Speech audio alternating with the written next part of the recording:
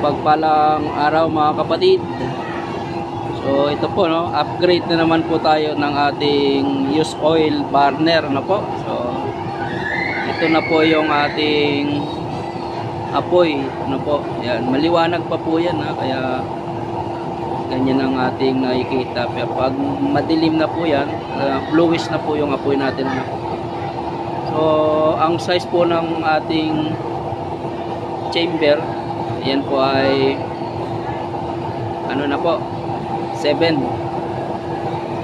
na po yung laki, no? Yan, nakikita natin na bluish na po, no? O mahina pa lang yung bigay ng ating blower, kaya ganyan, no?